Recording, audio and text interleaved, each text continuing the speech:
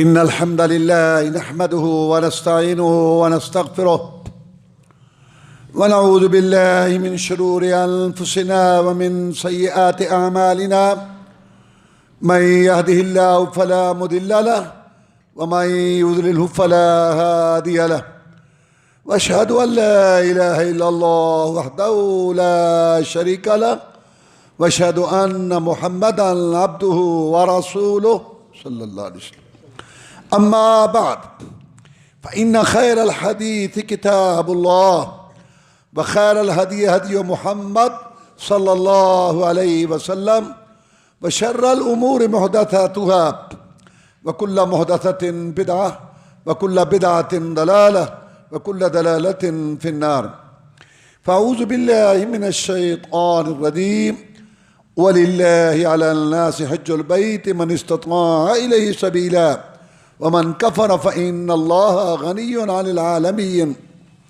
عن أبي هريرة رضي الله تعالى عنه قال قال رسول الله صلى الله عليه وسلم من حج لله فلم يرفث ولم يفسق رجع كيوم ولدته أمه.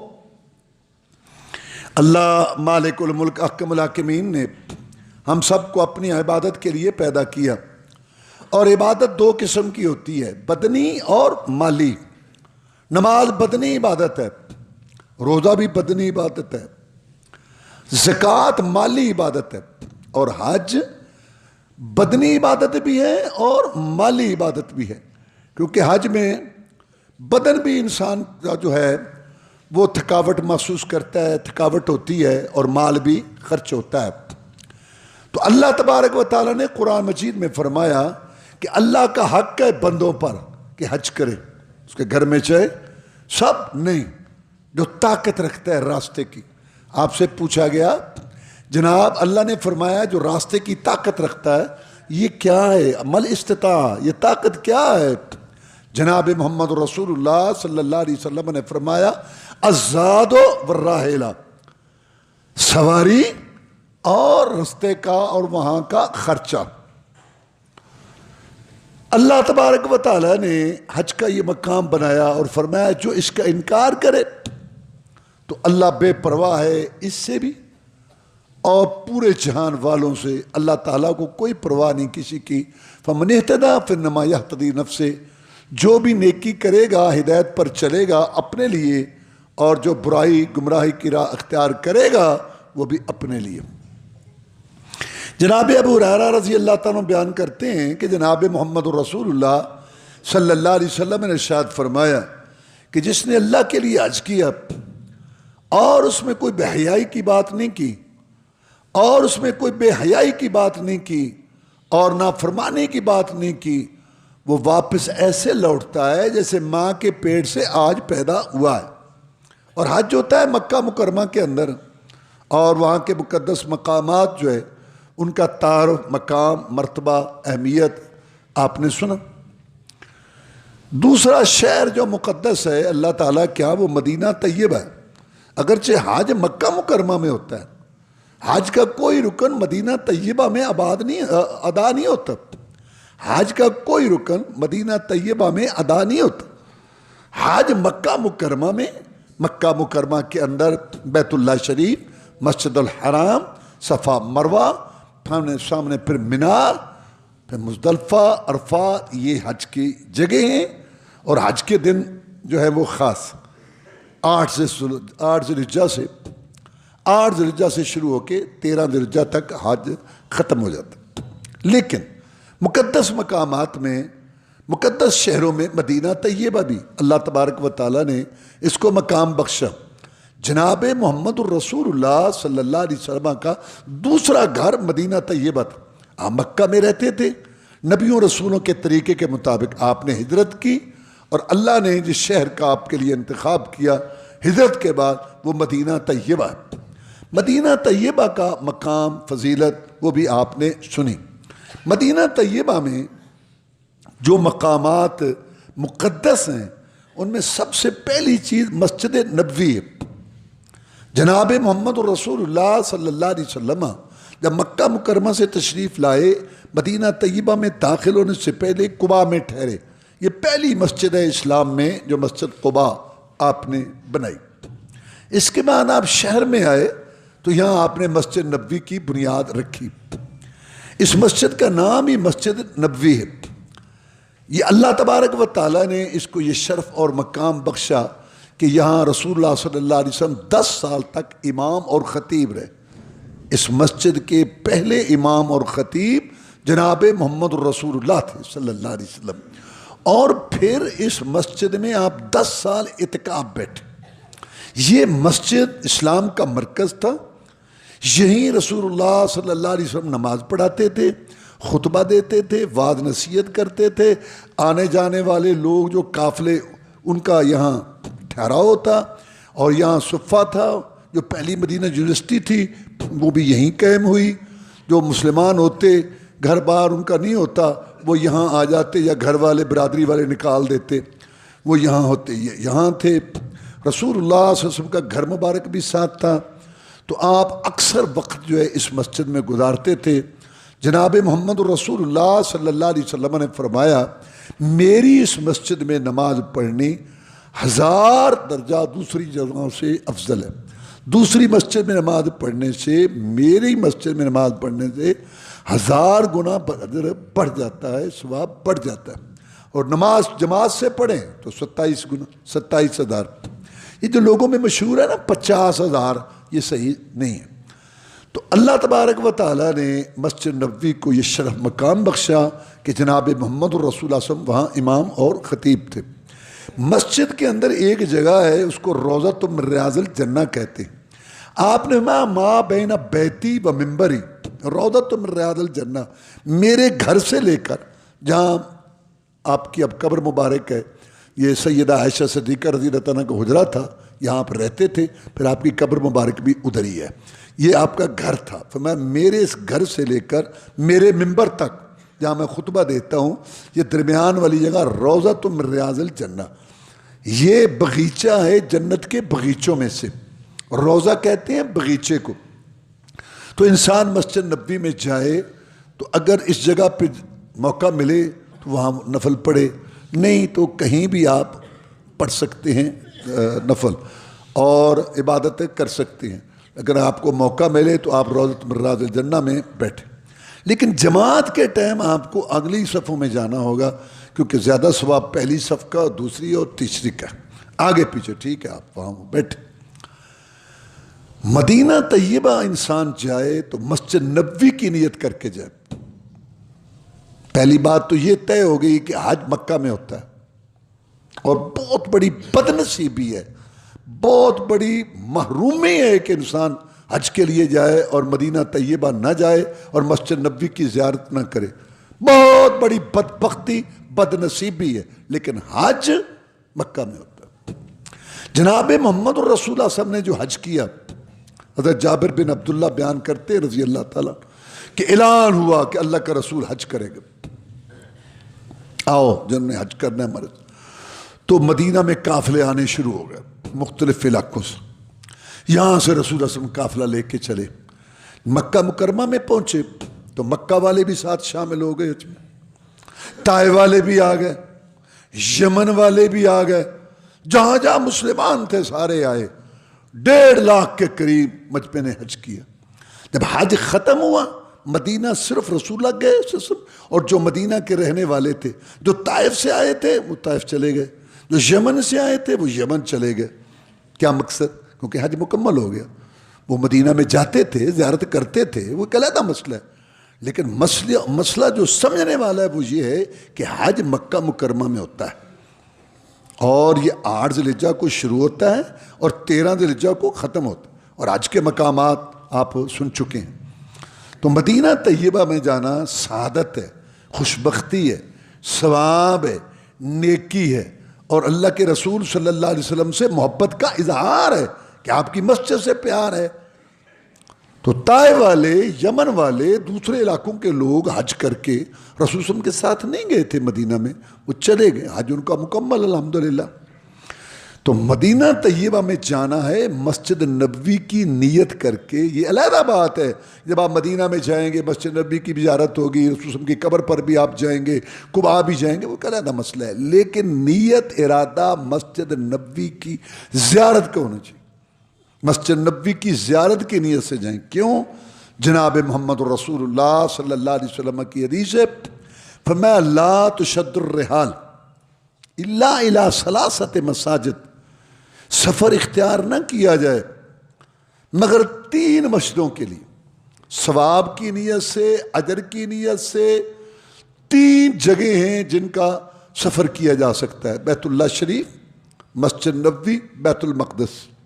باقی آپ تجارت کے لیے سفر کریں، ٹھیک ہے، کسی کو ملنے کے لیے سفر کریں، ٹھیک ہے، آپ تعلیم کے لیے سفر کریں، ٹھیک ہے، آپ سیر کے لیے سفر کریں، ٹھیک ہے، ثواب کی نیت سے جس عمارت اور جس جگہ کی نیت ارادہ ہے شریعت کے اندر، جس کا ثبوت ہے یا جائز ہے یا رسول اللہ صلی اللہ علیہ وسلم نے اس کی ترغیب دی ہے یا اللہ تبارک و تعالیٰ نے فرمایا، وہ صرف 3 جگہ، بیت اللہ شریف، مسجد نبوی اور بیت المقدس۔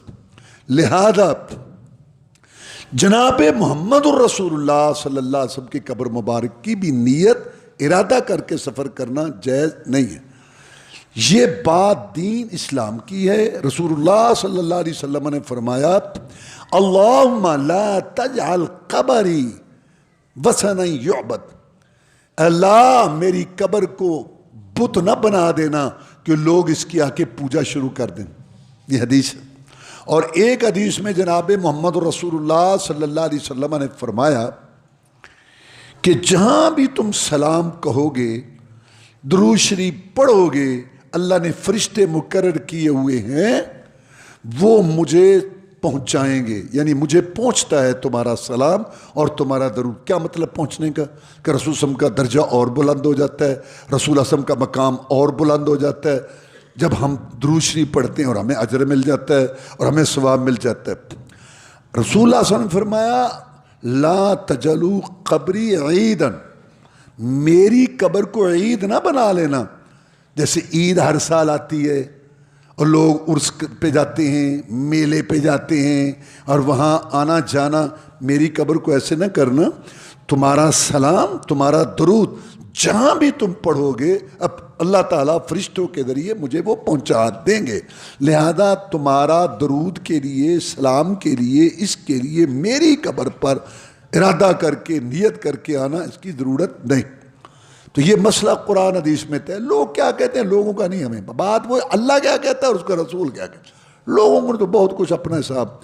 تو یہ مسئلہ ہے بالکل۔ ابن تیمیہ رحمۃ اللہ علیہ، اللہ ان کی قبر پہ ہزاروں رحمتیں نازل کرے، انہوں نے یہ مسئلہ واضح کیا۔ اس وقت بھی لوگوں نے بہت زیادہ ابن تیمیہ پر جو ہے نا باتیں کی، اور یہ کیا، تو بات واضح ہے کہ مسجد نبوی کی نیت کر کے آپ جائیں گے، ارادہ کر کے جائیں گے مدینہ طیبہ۔ میں طریقہ سارا بتاؤں گا انشاءاللہ بھی۔ تو پھر اس میں قبر رسول پر بھی آپ جائیں گے، رسول وسلم کی قبر مبارک پر بھی جائیں گے، اور قباء بھی جائیں گے، وہ علیحدہ بات۔ لیکن ارادہ، نیت صرف مسجد نبوی کے کر کے جانا چاہیے مدینہ طیبہ کا جب انسان سفر کرے۔ یہ قرآن حدیث کا مسئلہ ہے، اس میں اجر ملے گا، ثواب ملے گا۔ رسول اللہ صلی اللہ علیہ وسلم سے بڑھ کر کوئی نہیں ہے۔ آپ نے واضح فرما دیا 3 جگہوں کا تم سفر کر سکتے ہو ثواب کی نیت۔ میں نے بتایا تجارت، کاروبار، ملاقات، دوست احباب، سیر، اس میں سفر کی کوئی بات رکاوٹ نہیں، لیکن کسی جگہ کی نیت ثواب کے لیے۔ رسول اللہ صلی اللہ علیہ وسلم نے فرمایا لعن اللہ الیہود والنصارى اتخذوا قبور انبیائہم مساجد، اللہ کی لعنت ہو یہود و نصارہ پر کہ انہوں نے اپنے نبیوں کی قبروں کو سجدہ گاہ بنا لی۔ یعنی بجائے اس کے کہ نبیوں رسولوں کی تعلیمات پر عمل کرتے، انہوں نے ان کی قبروں کو زیارت اور سجدہ گاہ اور آنے جانے کا وہ انہوں نے سلسلہ وہاں رسول میں میری قبر کو ایسے عید نہ بنانا۔ عید کا مطلب ہے جو بار بار وہاں جایا جائے اور لوگ وہاں جائیں جیسے لوگ عرس پہ اور میلوں پہ جاتے ہیں۔ رسول اللہ صلی اللہ علیہ وسلم نے قبروں کے متعلق بہت سخت ہدایات دیں، بلکہ اللہ تعالیٰ نے 1,00,000 سے زیادہ پیغمبر بھیجے. کتنی گنتی ہے، کتنی یہ اس کی پکی، لیکن نبی بہت آئے، رسول بہت آئے. 25 کا ذکر ہے قرآن میں. چلو ہم 25 کو لے لیتے ہیں. 25 پیغمبروں کا ذکر ہے قرآن مجید میں. اللہ نے بتایا نبیوں کے متعلق، رسولوں کے متعلق، ان کی تعلیمات بتائیں، انہوں نے کیا کہا، قوموں نے کیا کہا، پھر کیا ہوا، انجام کیا ہوا، قرآن میں موجود ہے. لیکن کسی نبی رسول کی اللہ نے قبر نہیں بتائی.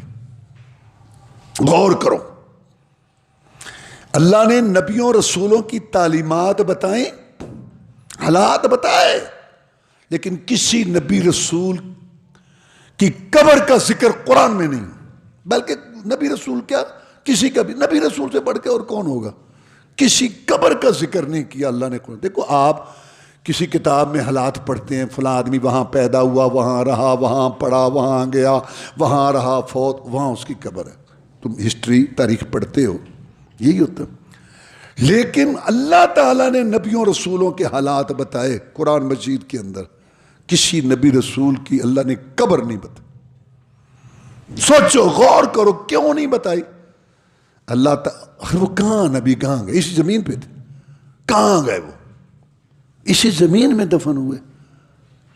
بتاؤ کس کی قبر کا تمہیں پتہ؟ سوائے جناب محمد رسول اللہ صلی اللہ علیہ وسلم کا ہمیں پتہ ہے کہ یہ قبر مبارک ہے، اور اس کی بھی کتنی حفاظت اللہ تعالیٰ نے کی ہوئی ہے.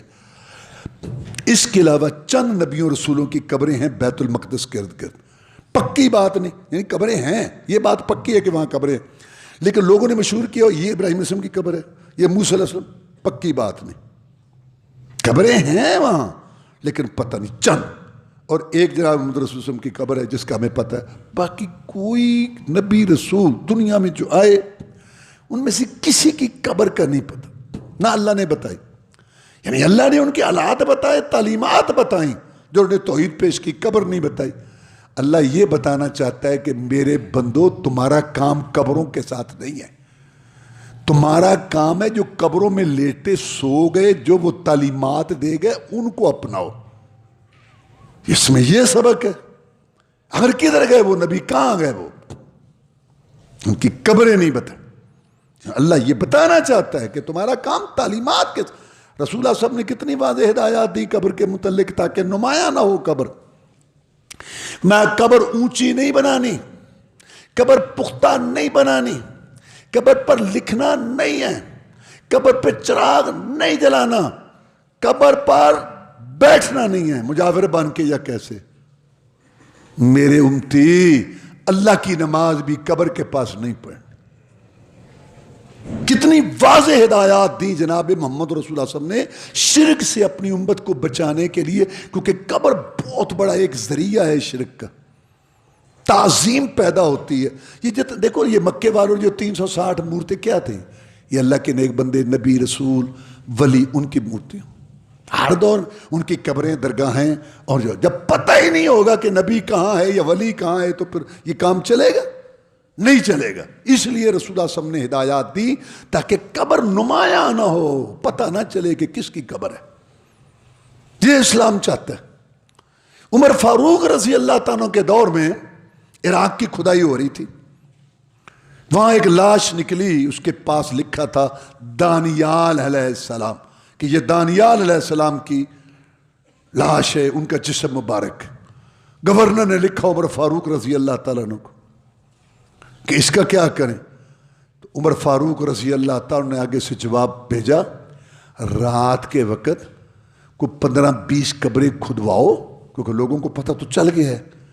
15-20 قبریں کھدواؤ، کسی ایک میں رات کی تاریکی میں دفن کر دو تاکہ لوگوں کو پتہ ہی نہ چلے کہ کس قبر میں دانیال علیہ السلام ہے. اسلام تو یہ کہ تم کیا کرتے ہو، ہندوستان میں کیا کرتے ہو، پاکستان میں کیا کرتے ہو، کلمہ شریف، ہمارا اس سے مطلب نہیں. ہم یہ کہتے ہیں اللہ کیا کہتا ہے، رسول کیا کہتا ہے صلی اللہ علیہ وسلم، ہم اس کے پابند ہیں. باقی لوگوں کے گستاخ کہنے سے کوئی گستاخ نہیں بنتا، لوگوں کے منکر کہنے سے کوئی منکر نہیں بنتا. یہ سارے پیمانے اللہ نے اپنے پاس رکھے ہوئے ہیں، یہ اللہ تعالیٰ کو سارا پتہ ہے. قرآن کے اندر یہ بات موجود ہے کہ جناب محمد رسول اللہ صلی اللہ علیہ وسلم نے 1400 صحابہ سے بیعت لی تھی ایک درخت کے نیچے. صلح حدیبیہ میں واقعہ سن چکے ہو. بیعت لی تھی جناب محمد رسول اللہ صلی اللہ علیہ وسلم نے صحابہ کرام رضوان اللہ علیہ مجمعین سے ایک درخت کے نیچے. ایک درخت کے نیچے 1400 صحابہ تھے اور رسول اللہ علیہ وسلم بیٹھے اس درخت کے نیچے جو نبیوں رسولوں کے امام تھے. آپ رسول اللہ صلی اللہ علیہ وسلم نبیوں رسولوں کے امام اور 1400 صحابہ. واللہ سینکڑوں ولیوں ایک صحابی کا مقابلہ نہیں کر سکتے. نبیوں رسولوں کے بعد افضل ترین. یہ کتنی عجیب جگہ اور کتنی یہ متبرک جگہ اور کتنی یہ اہم جگہ کہ جناب محمد رسول اللہ صلی اللہ علیہ وسلم وہاں بیٹھے اور 1400 صحابہ بیٹھے. دیکھو اللہ کا نظام. صحابہ کرام کہتے ہیں رضوان اللہ علیہ مجمعین کہ اگلے سال جب ہم وہاں سے گزرے نا تو جنگل میں درخت ہوتے ہیں. تو درخت بھی آپ کو پتہ ہے ایسے جو صحرا قسم کے علاقے ہوں برانی قسم کے وہاں کے درخت تقریباً ایک جیسے ہی ہوتے ہیں. ان کے قد تقریباً درختوں کے درمیانے سے ہوتے ہیں تقریباً ایک جیسے ہی ہوتے ہیں. صحابہ کرام کہتے ہیں رضوان اللہ علیہ مجمعین کہ ہم اگلے سال آئے تو گزرے یار کہاں ہم بیٹھے تھے وہ بیعت کدھر ہوئی تھی. حالانکہ بڑا حافظہ ہے عربوں کا. یہ درخت تھا نہیں وہ تھا نہیں یار یہ. صحابہ کرام کہتے ہیں رضوان اللہ علیہ مجمعین کہ ایک سال کے بعد ہم میں سے 2 آدمیوں نے بھی کسی ایک درخت پر اتفاق نہیں کیا. وہ کہتا تھا یہ وہ کہتا تھا یہ. 2 بھی متفق نہیں ہوئے ایک درخت پر. یعنی اللہ نے وہ بھلوا دیا درخت ہی بھلا گیا. کن کو؟ صحابہ کو. دوسرے سال بھول گیا. سعید بن مسیب ایک بہت بڑے تابعی ہیں. تابعی کہتے ہیں جو صحابی کا شاگرد ہو وہ پڑھا رہے بہت بڑا محدث تھا پڑھا رہے تھے. تو ایک شاگرد نے کہا کہ حج پہ آئے تو وہ بتا رہے ہیں کہ وہ ایک درخت جو جس کے نیچے بیعت ہوئی تھی وہاں لوگ نفل پڑھ رہے تھے. سعید بن مسیب نے کہا عجیب لوگ ہیں ان کو کیسے پتہ چل گیا؟ میرا دادا موجود تھا. میرا دادا موجود تھا اس بیعت میں. میرا دادا صحابی اس نے بتایا تھا میرے باپ کو کہ ہم دوسرے سال آئے تو ہمیں وہ درخت بھلا دیا گیا. پتہ ہی نہیں ہے ان کو. تو دوسرے سال ہی نہیں پتہ چلا تو اتنے سال بعد ان کو کیسے پتہ چلا جس کے نیچے درخت کے نیچے وہ نفل پڑھتے جا رہے ہیں. تو بات واضح ہو گئی جو میں سمجھانا چاہتا ہوں کہ ہمارا مقصد تعلیمات کے ساتھ ہے. قبروں درختوں درگاہوں قبروں مزاروں آستانوں بیٹھنے کی جگہوں پر نہیں. اب آپ کو سمجھ آ گئی ہوگی کہ دین آسمان پر ہے اور کلمہ شریف پڑھنے والے زمین پر ہے. یہاں نبی رسول کی قبر اس کے متعلق اتنی احتیاط کی گئی اور یہاں ان کے غلام آگے ان کے غلام آگے ان کے غلام آگے ان کے غلام 15ویں صدی میں. پھر عجیب بات یہ ہے ٹھیک ہے ہمیں امید ہے انشاءاللہ کہ یہ اللہ کے نیک بندے اللہ ان کو معاف کرے گا لیکن گارنٹی تو نہیں نا. گارنٹی تو کسی کی نہیں ہے.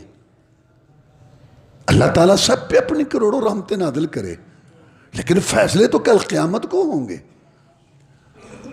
چلو اگر وہ بخشے ہوئے بھی ہیں ہمارے کس کام آئیں گے؟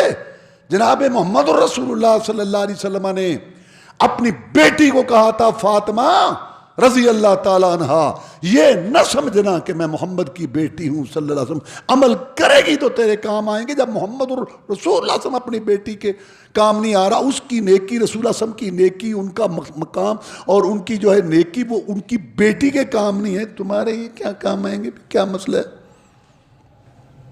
بس اپنے آپ کو تسلیاں دینے کے لیے اللہ کہتا ہے سارا تو پتہ چل جائے گا. قرآن مجید میں اللہ تعالیٰ نے جناب ابراہیم علیہ السلام اسحاق علیہ السلام اسماعیل علیہ السلام ان کی اولاد کا تذکرہ کیا یہودیوں کو بتانے کے لیے کہ یہ کیا کرتے تھے اور تم کیا کرتے ہو. اور آگے اللہ کہتے ہیں تلک امت ان کا دخلات لا ما کسبت ولکم ما کسبتم ولا تسألون عما كانوا يعملون. یہ ایک امت تھی جو گزر گئی ان کی کمائی ان کے کام آئے گی تمہاری کمائی تمہارے کام. آج کل لوگوں کو ایک تو یہ بڑا مسئلہ ہے جی ہماری ہم اس لڑی سے ہیں اور یہ بزرگ صاحب وہ ہمیں جو ہے وہ لے جائیں گے بخشا. اب آگے ایک اور فتنہ پیدا ہو چکا ہے. بدعمل ہیں نا لوگ بدعمل ہیں کوئی بات سمجھا انہیں یہ میں تو بڑا گناہگار ہاں میرے ابو نے نا 7 حج کیتے سن تے میری دادی شراک پڑھ کے اٹھتی ہوتی اے ہوں بڑا ایک فتنہ آ گیا ہم اس کو سمجھاتے ہیں وہ کور کرنے کے لیے نا اپنی برائی کو بدعملی کو ہمیں چپ کرانے کے لیے اپنے بابے کے حج اور نانی دادی کے اپنے شراک گنواتے ہیں تمہیں اس کا کیا فائدہ بھائی یہ بڑا تم نے بھی دیکھا ہوگا عجیب بات ہے کوئی عورت سمجھانے والی ہے ہمارے محلے میں ایسے ہوا وہ سمجھا رہی ہے انہیں باجی ہم تو میری بیٹی ماشاءاللہ بڑی نماز تیری بیٹی کی نماز کا تجھے کیا فائدہ بھائی یہ اپنے آپ کو کور کرنے کے لیے بزرگوں کو اور جگہوں کو ایسے نہیں جان چھوٹے گی جیسے کہ تم نے یہ سلسلہ بنایا ہوا ہے تو اس لیے بزرگ ہیں ان سے محبت رکھو لیکن عمل عمل عمل مجھے کئی لوگ کہتے ہیں عام لوگ یہ پھر بزرگ اللہ نے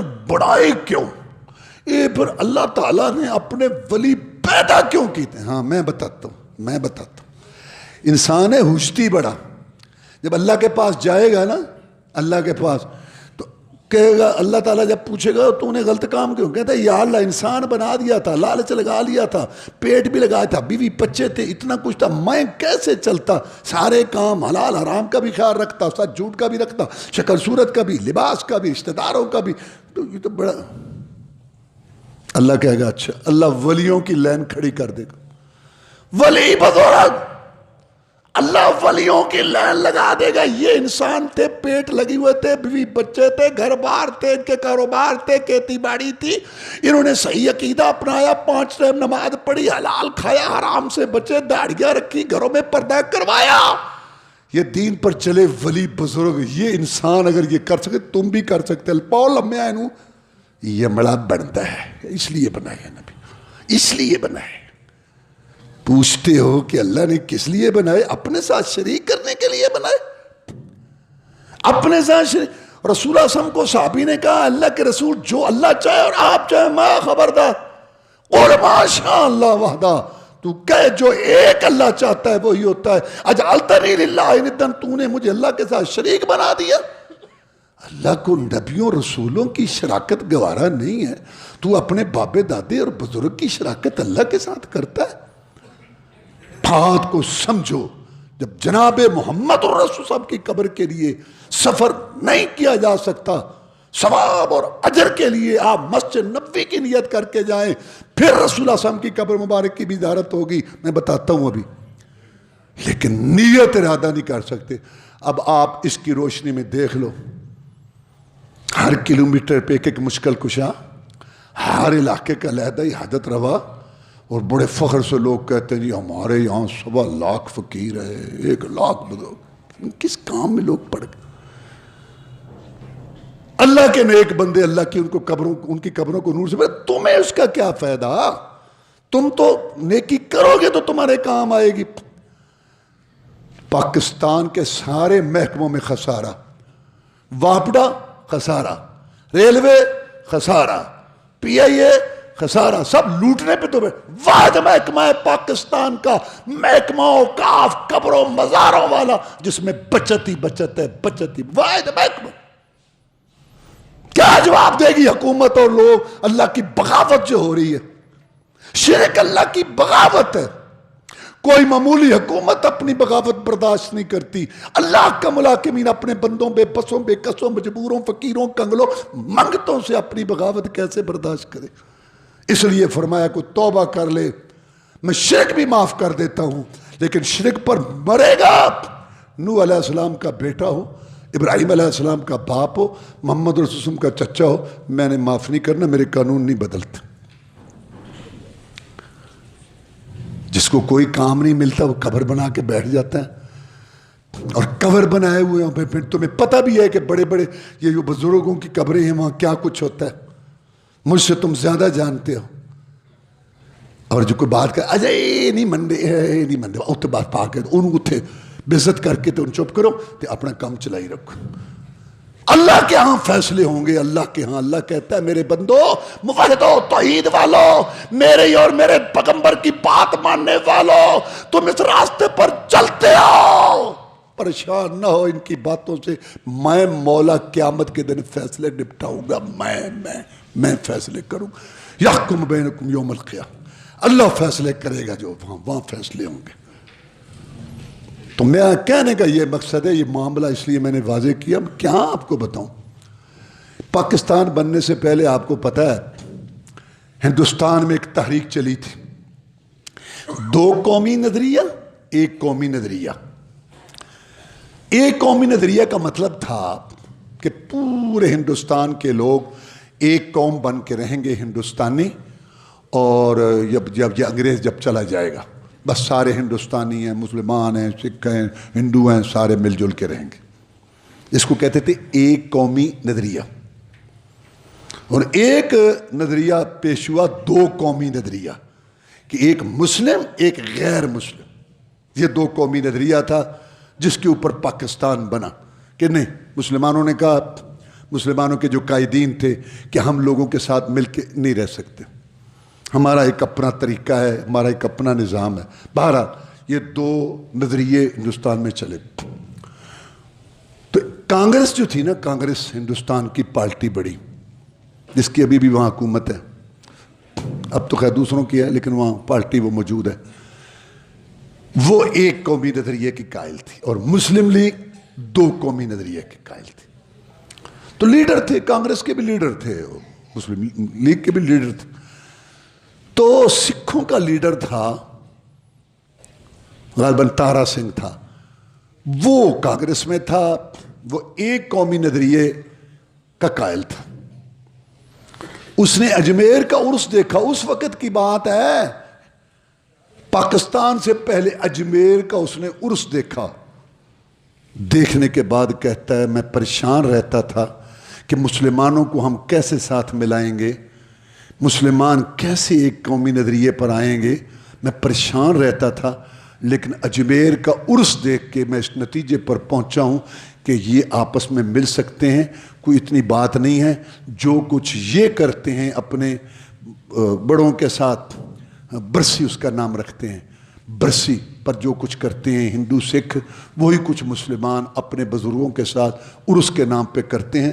تو کام تقریباً ایک ہی ہے، یہ اکٹھے ہو سکتے ہیں، کوئی اتنی وہ بات نہیں۔ تو میرا کہنے کا مقصد ہے کہ یہ اسلام ہے جس کو تم نے، اور پھر اگلی بات یہ ہے کہ تم نے یہ کرنا ہے کرو، تم جانو رب جانے، دوسروں کو پھر تم فتوے لگاتے ہو کہ بزرگوں کے گستاخ ہیں، بزرگوں کے وہ ہیں، تو یہ بات روش ٹھیک نہیں۔ مسجد نبوی میں آپ جائیں گے باوضو کر کے، باوضو ہو کے جائیں، مسجد نبوی میں آپ جائیں گے باوضو ہو کر جائیں گے، اس کے اندر جا کر 2 رکعت نماز پڑھیں جو ہر مسجد کا حق ہے، اور جاتے ہوئے دعا پڑھنی ہے جو ہر مسجد میں آپ جاتے ہوئے پڑھتے ہیں، بسم اللہ والصلاة والسلام علی رسول اللہ اللہم افتح لی ابواب رحمتک۔ رسول اللہ پر صلاۃ بھی ہو گیا، سلام بھی یہاں بھی ہو رہی ہے وہاں بھی ہو گیا، 2 رکعت نماز پڑھیں۔ روضۃ من ریاض الجنہ میں جگہ ملے بہت اچھی بات ہے، لیکن وہاں لوگوں کو تنگ نہیں کرنا، جہاں بھی جگہ ملے آپ 2 رکعت پڑھیں گے تو آپ کو ثواب روضۃ من ریاض الجنہ کا مل جائے گا، کیونکہ اللہ نیت پر جو ہے وہ ثواب دے دیتے ہیں۔ اس طرح آپ کی مسجد نبوی کی زیارت مکمل ہو گئی۔ آپ 1 دن رہیں، 2 دن رہیں، 5 دن رہیں، 8 دن پورے کرنے ضروری نہیں ہے، کریں آپ 8 دن کریں، 10 دن رہیں، 12 رہیں، مہینہ رہیں بے شک۔ اس کے بعد رسول اللہ صلی اللہ علیہ وسلم کی قبر مبارک پر آپ جائیں۔ صحابہ کرام رضوان اللہ علیہ مجمعین کی اکثریت جہاں نماز پڑھتی وہیں بیٹھے بیٹھے درود شریف پڑھتے رہتے تھے، وہیں بیٹھے بیٹھے رسول اللہ صلی اللہ علیہ وسلم سے پوچھا گیا، اللہ نے 2 چیزوں کا ہمیں حکم دیا ہے، سلام کا بھی اور صلات کا بھی۔ جناب سلام کا تو ہمیں پتہ چل گیا ہے، السلام علیکہ ایھا النبی رحمۃ اللہ وبرکاتہ، ہر نماز میں ہم سلام پڑھتے ہیں، آپ پر سلام کہتے ہیں۔ آپ صلات کا ہمیں بتا دیں، درود، فرمایا جو تم نماز میں پڑھتے ہو، اللہم صلی علی محمد وعلی آل محمد کما صلیت علی ابراہیم وعلی آل ابراہیم انک حمید مجید، اللہم بارک علی محمد وعلی آل محمد کما بارکت علی ابراہیم وعلی آل ابراہیم انک حمید مجید، ان اللہ وملائکتہ یصلون علی النبی یا ایھا الذین آمنوا صلوا علیہ وسلموا تسلیما، بے شک اللہ تعالیٰ اور اس کے فرشتے نبی پر صلات بھیجتے ہیں، اے ایمان والو تم بھی صلات، درود اور سلام بھیجو۔ تو آپ سے پوچھا گیا کہ یہ پھر سلام کا تو ہمیں پتہ ہے، صلات کیا ہے؟ آپ نے فرمایا یہ جو تم نماز میں، اس کا مطلب ہے جو مرد عورتیں نماز پڑھتے ہیں، نماز پڑھتی ہیں، وہ صلاۃ بھی پڑھتی ہیں، صلاۃ بھی پڑھتی ہیں، سلام بھی پڑھتے ہیں اور سلام بھی پڑھتی. لوگوں نے بنائے ہوئے اپنے درود، ٹھیک ہے پڑھو تم، لیکن تم یہ نہ پڑھنے والے کو درود کا منکر کیوں کہتے ہو؟ تمہیں کس نے کہا ایک بناوٹی درود بناتے ہو اور پھر وہ جو نہ پڑھے وہ اس کو تم منکر کہتے ہو، تم دھونس چلاتے ہو، دھاندلی چلاتے ہو. کون ہو تم؟ کیا حیثیت ہے تمہاری؟ خالق اللہ رسول محمد صلی اللہ علیہ وسلم. تم نے جنت جہنم کے فیصلے اور گستاخی بے ادبی کے، عدم محبت کے اپنے پر کون ہو تم؟ کیا مقام ہے تمہارا؟ یا ابوبکر عمر نے مشورہ دیا، اللہ نے ہے تو اتار دی. کون ہو تم؟ انتظار کرو کہ اللہ کیا کہتا ہے، اس کا رسول کیا کہتا ہے. سورہ حجرات کی آیت آ گئی، یا ایھا الذین آمنوا لا تقدموا بین یدی اللہ ورسولہ. ایک امیر کے متعلق مشورہ دیا تھا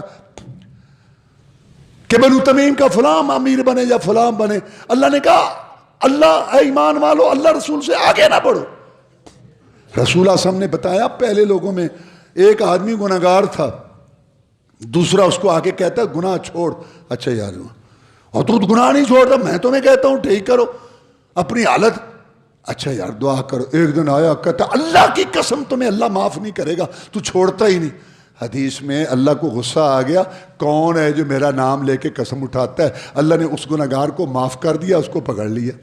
گستاخ گستاخ بے ادب بے ادب. کون ہو تم؟ کیا حیثیت ہے تمہاری کسی کو کہنے کی؟ گستاخ. تم نے کرنا ہے نا، کرو جو کرنا ہے، تم جانو رب جانے. کتنی بڑی زیادتی ہے تم. یہ درود نہیں پڑھتے. واللہ ہم میں سے اکثر، میں بھی اس میں شامل ہوں، ہم میں سے اکثر وہ لوگ ہیں جنہوں نے اس اللہ کے دین کے لیے، رسول اللہ صلی اللہ علیہ وسلم کی سنت محبت کے لیے برادریاں چھوڑی اور علاقے چھوڑے، صرف رسول کی سنت کے پیچھے. ہمیں الاؤنس ملتا ہے جب ہم رفع دین کرتے ہیں، سارے لوگ باتیں کرتے ہیں، لیکن ہم کہتے ہیں کسی کا ہو رہے کوئی، نبی کے ہو رہیں گے ہم، ہوتے ہوئے مصطفیٰ کی گفتار مت دیکھ کسی کا قول و کردار. کلمے اور اذان میں، خطبے اور تشہد میں ہمیں اللہ رسول کے علاوہ کسی کی اطاعت کا، ایک ہے ادب، ایک ہے عزت، ایک ہے احترام.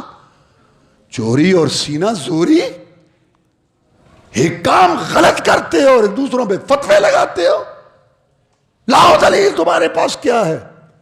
لوگ بتاتے ہیں. ابھی تازی مجھے کسی نے بات بتائی پاک پتن کی، رات میں نے سنی کہ مولوی صاحب نے نا یہ بند کرا دی اذان سے پہلے صلاۃ. انہوں نے کہا یار جب ثبوت ہی کو نہیں، یہ پاک پتن کی بات رات میں نے سنی. اور مولانا کا نام شاید زاہد ہے. اب لوگوں کو سمجھ آ رہی ہے جب یہ دلیل ہی نہیں ہے. اذان سے پہلے اس نے یہ کہا چاہے یار بنوٹی درود ہی پڑھو لیکن اذان کے بعد پڑھو، کیونکہ رسول نے فرمایا بعد میں درود پڑھو. چلو تم نے صحیح نہیں پڑھنا، غلط پڑھو، پہلے تو ہے ہی نہیں. اس نے بند کرا دی. سارے پاک پتن کے مولوی اس نظریے کے آ گئے کیوں کہ دلیل کو، کہ یار دلیل تو کوئی نہیں، پر لوگ انہوں نے ادھر لا بیٹھے ہیں، انہوں کی جواب دیں گے چلن دے. کہ چنگا پھر چلن دے. ٹھیک ہے تو کرو تم جانو رب جانے. فتوے کیوں لگاتے ہو؟ اور پھر تھوڑی سی وضاحت کر دیا کرو کہ یہ لوگ نماز والا درود پڑھتے ہیں، جو سپیکر والا درود ہے، جو اذان سے پہلے والا ہے، بجلی ہو تو پڑھا جاتا ہے، نہیں تو نہیں. وہ یہ نہیں پڑھتے. 10 آدمی سننے والوں میں سے اللہ کی قسم 2-3 تو ہوں گے کہ یار پھر ٹھیک ہے ٹھیک نہیں، شارٹ کٹ مار دے ہو، یہ درود نہیں پڑھ دے، اور ذہن تواڈے سپیکر ہی درود ہوندا ہے. ورنہ تمہیں سب کو پتہ ہے، سب کو پتہ ہے کہ جو نماز پڑھتا ہے، جو نماز پڑھتی ہے، وہ درود پڑھتے ہیں، سلام بھی پڑھتے ہیں، صلاۃ بھی پڑھتے ہیں. اب میں آپ کو بتاتا ہوں اللہ صلاۃ بھیجتا ہے کیا؟ فرشتوں میں تعریف کرتا ہے رسول اللہ کی صلی اللہ علیہ وسلم، رحمت بھیجتا ہے، اور فرشتے صلاۃ بھیجتے ہیں تو مجھے وہ کہتے ہیں اللہم صلی علی محمد وعلی آل محمد، اور بندے بھی سلام پڑھتے ہیں اور صلاۃ کہتے ہیں اللہم صلی علی محمد وعلی آل محمد. لیکن یہاں ایک اور مسئلہ، بس میں ایک آدمی بیچ رہا تھا، وہ بڑے اچھا عجیب بات ہے، اتنے بنوٹی درود اتنے خوبصورت کاغذ کے ساتھ اور اتنا خرچہ کر کر کے وہ پھیلائے، دیکھو وہ پھیلائے، جو اصل درود جو ہے اس کو پیچھے چھوڑا ہوا. تو وہ کہہ رہا تھا ایک عبادت اللہ بھی کرتا ہے، اللہ معبود ہے، ساری دنیا اس کی عبادت کرتی ہے، ایک عبادت اللہ بھی کرتا ہے، کیا؟ وہ درود شریف پڑھتا ہے رسول اللہ صلی اللہ علیہ وسلم پر۔ بھئی ہم تو کہتے ہیں اللہم صلی اللہ، اللہ بھی کہتے ہیں اللہم صلی علی محمد۔ کیسے لوگ ہیں وہ؟ اللہ صلوات بھیجتا ہے، فرشتوں میں تعریف کرتا ہے، بخاری شریف میں موجود ہے، رحمت بھیجتے، ورنہ اللہ اللہم صلی علی، اللہ تو خود اللہ ہے یار، بغلول ہے، عقل نیچے رکھ کے اوپر بیٹھ کے بات کرتے تھے، میں کیا کرتا ہوں 6 ڈگریاں دین میں بدھو۔ تو صلوات اللہ بھیجتا ہے، کیا مطلب؟ رحمت نازل کرتا ہے اور فرشتوں میں تعریف کرتا ہے رسول اللہ صلی اللہ علیہ وسلم کی۔ اور سلام اللہ تبارک و تعالیٰ نے ہمیں سکھا دیا، السلام علیکم۔ بندے اللہم صلی اللہ محمد پڑھتے ہیں اور فرشتے بھی اللہم صلی اللہ محمد پڑھتے ہیں۔ یہاں پڑھیں یا قبر پر جا کر پڑھیں برابر ہے، فرشتے مقرر ہیں، وہ سارے درود سلام اکٹھے کر کے پیش کر رہے ہیں اور اس کا اجر مل رہا ہے۔ نہ وہاں سنتے ہیں رسول اللہ صلی اللہ علیہ وسلم، نہ یہاں سنتے ہیں۔ ہمارے یہاں کتابیں چھپی ہوئی ہیں، باجی وہ فلاں نے درود پڑھا، اس نے تو رسول اللہ صلی اللہ علیہ وسلم کا ہاتھ نکلا باہر، مصافحہ کیا درود پڑھنے والے سے، 70,000 لوگوں نے دیکھا۔ اچھا گنتی کنے کیتی تھی؟ کنے گنے سنا؟ بس چھوڑنی ایسی جو پیچھے سے پکڑی بھی نہ جائے، اور جب جواب نہ آئے تسی نہیں مننا، تسی نہیں مننا، الحمدللہ اسی ہے گلہ نہیں من، سیدھی سیدھی کھرا سودا ہم مانتے ہیں۔ تو میرا مقصد ہے درود شریف پڑھنا، بہت اجر ہے، بہت ثواب ہے۔ رسول اللہ صلی اللہ علیہ وسلم نے فرمایا جو ایک دفعہ درود شریف پڑھتا ہے نا، 10 نیکیاں لکھی جاتی ہیں، 10 درجے بلند ہوتے ہیں اور 10 گناہ معاف ہوتے ہیں۔ رسول اللہ کی قبر مبارک پر جا کر آپ درود شریف پڑھیں، سلام پڑھیں۔ اکثر صحابہ کرام جہاں بیٹھتے تھے وہیں پڑھتے رہتے تھے۔ 5 صحابہ کا طریقہ تھا، جب سفر میں جاتے یا سفر سے آتے تو رسول صلی اللہ علیہ وسلم کی قبر مبارک پر جا کر وہ یہ سلام پڑھتے، السلام علیکم ایھا النبی ورحمۃ اللہ وبرکاتہ، اور اللہم صلی اللہ درود شریف پڑھتے۔ حضرت عبداللہ بن عمر بھی ان میں شامل تھے، تو ان کو کہا گیا کہ یہاں آ کے اہتمام سے پڑھتے ہو؟ کہتے ہیں اللہ تعالیٰ نے کہا ہے کہ جب قبروں پہ جاؤ نا تو وہاں تم دعا پڑھو، تو یہ بھی تو قبریں ہیں، میں اس لیے یہاں پڑھتا ہوں۔ یعنی کہنے کا میرا مقصد ہے کسی صحابی کا عقیدہ نہیں تھا کہ جب ہم سلام درود پڑھتے ہیں تو آپ سنتے ہیں۔ اس جہان میں رہنے والا ابو بکر صدیق ہو رضی اللہ عنہ، اس جہان میں جانے والا جناب محمد رسول اللہ صلی اللہ علیہ وسلم، اللہ کے ہاں ان کا مقام ہے، بڑی عزت ہے، ان کی زندگی ہے، اللہ کے ہاں نعمتوں میں ہے، لیکن یہاں سے ان کے ساتھ تعلق کنیکشن نہیں جوڑ سکتا، نہ یہاں نہ وہاں۔ تو یہ مسجد نبوی اور قبر مبارک پر آپ کی جو ہے وہ حاضری ہو گئی۔ اب مسجد قباء، وہاں آپ جائیں۔ رسول اللہ صلی اللہ علیہ وسلم نے فرمایا کہ مسجد قباء کے اندر جو شخص 2 رکعت پڑھے اس کو عمرے کا ثواب۔ اور اس مسجد کا ذکر قرآن میں ہے، اللہ فرماتے ہیں لَمَسْجِدٌ أُسِّسَ عَلَى التَّقْوَىٰ مِنْ أَوَّلِ يَوْمٍ أَحَقُّ أَن تَقُومَ فِيهِ رِجَالٌ يُحِبُّونَ أَن يَتَطَهَّرُوا وَاللَّهُ يُحِبُّ الْمُتَطَهِّرِينَ۔ اے نبی اس مسجد میں کہو، منافقوں نے بھی ادھر بنائی تھی مسجد زرار، نبی ادھر نہیں جانا، یہاں پڑھا کریے، کیونکہ یہاں وہ لوگ ہیں جو اللہ کو پیارے ہیں، طہارت کو پسند کرتے ہیں، صفائی کو، اور اللہ ان سے دوستی رکھتا ہے طہارت کرنے والوں سے۔ رسول صلی اللہ علیہ وسلم نے پوچھا اللہ نے تمہاری تعریف کی ہے، تم کیا کرتے ہو صفائی؟ کہتے جناب اب جب باہر ہوتے ہیں نا کھیتوں میں تو ڈھیلے استعمال کر لیتے ہیں، واپس گھر میں آ کے پانی بھی استعمال کرتے ہیں، پھر صفائی کرتے ہیں۔ ہاں اللہ کو یہ بات تمہاری، تو اگر ایسا یہ طریقہ غلط ہے، جیسے ہماری بعض جماعتیں پھرتی ہیں ان لیٹرینوں میں وہ ڈھیلے لے کے آ جاتے ہیں، ایک باہر نکلتا ہے تو سارا گٹر بند۔ اور باہر کی بات ہو رہی ہے، یہاں نہیں خرابی ڈالنی جو۔ تو بہرحال مدینہ طیبہ دوسرا شہر ہے، اس کا بڑا مقام ہے، اور اس میں مسجد نبوی ہے، اور مسجد نبوی کی نیت کر کے وہاں جانا چاہیے۔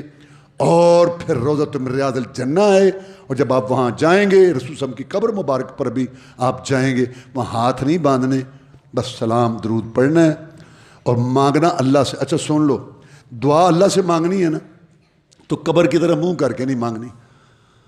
جب دعا مانگنی ہے تو قبلے کی طرح منہ کر، تم اللہ سے مانگ رہے ہوگے، دیکھنے والا سمجھے گا کہ یہ محمد رسول اللہ صلی اللہ علیہ وسلم سے مانگ رہا ہے، ان سے تو نہیں مانگنی۔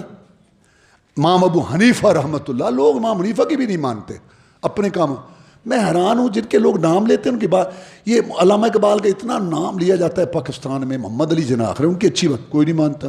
لوگ جن کا نام بہت علی علی لوگ کرتے ہیں، علی کی کوئی بات ہی نہیں مانتا۔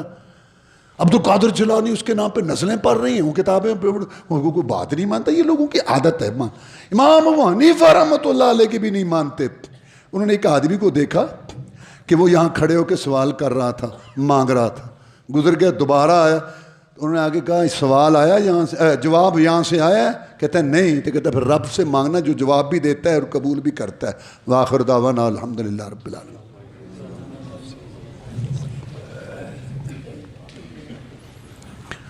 ان الحمد للہ نحمده ونستعینه ونستغفره ونعوذ باللہ من شرور انفسنا ومن سیئات اعمالنا من يهده الله فلا مضل له ومن يضلل فلا هادي له واشهد ان لا اله الا الله وحده لا شريك له واشهد ان محمدا عبده ورسوله صلی اللہ علیہ وسلم.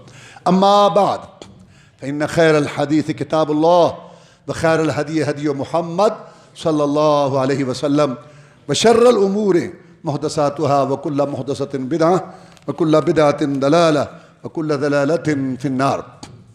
بھائی درود شریف کی آپ نے بات سنی، ایک بڑی سی بات سن لو، انشاءاللہ آپ کو بڑا فائدہ ہوگا. جناب محمد الرسول اللہ صلی اللہ علیہ وسلم ہمارے محسن ہیں، اپنی جان کو تکلیفوں میں ڈال کر ہمارے لیے ایک ایسا دین چھوڑ کے گئے کہ ہم اس پر عمل کریں، آخرت بھی بنے گی اور دنیا بھی پرسکون.